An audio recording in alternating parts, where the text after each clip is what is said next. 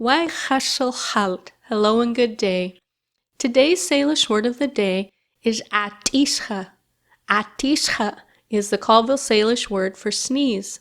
Someone might ask you, "Sach kina ulku atisha?" Why did you sneeze? You could answer, Kina atisha hitul shkush. I sneezed because of the dust. Our Salish word of the day is atisha, to sneeze. Salish is the native language of the people of the Spokane, Colville, Kalispell, and Coeur d'Alene tribes. Salish word of the day is brought to you by Salish School of Spokane and the Innovia Foundation.